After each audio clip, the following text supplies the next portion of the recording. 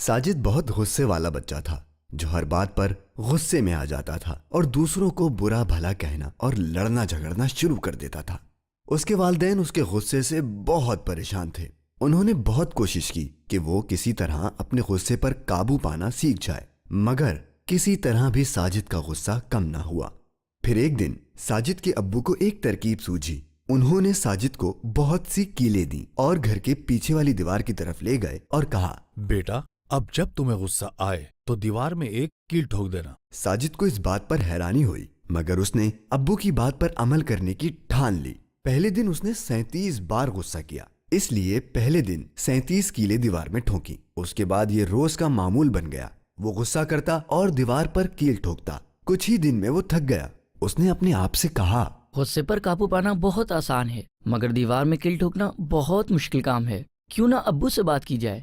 ساجد نے ابو جان کو اپنی پریشانی بتائی تو انہوں نے کہا، اب جب تمہیں غصہ آئے تو دیوار سے ایک کیل نکال لینا۔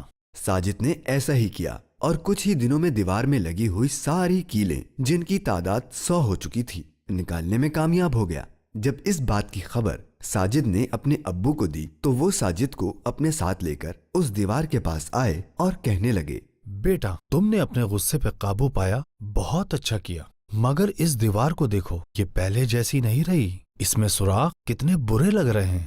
جب تم غصے میں چیختے چلاتے ہو تو تمہاری باتیں بھی کیلوں کی طرح دوسروں کے دلوں پہ لگ کر تکلیف دیتی ہیں اور سوراخ کر دیتی ہیں۔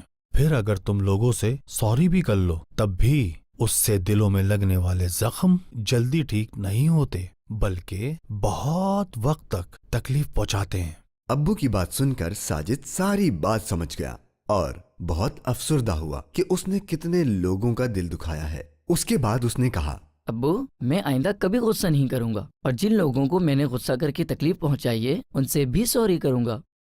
پیارے مدنی منو، غصہ انسان کی اس فطرت یعنی نیچر کو کہتے ہیں جو اسے دوسرے سے بدلہ لینے یا کسی کو اپنے سے دور کرنے پر ابھارے۔ ہمارے پیارے نبی صلی اللہ تعالی علیہ وآلہ وسلم کا فرمان ہے، جو شخص اپنے غصے کو روکے گا اللہ پاک قیامت کے دن اس سے اپنا عذاب روک دے گا۔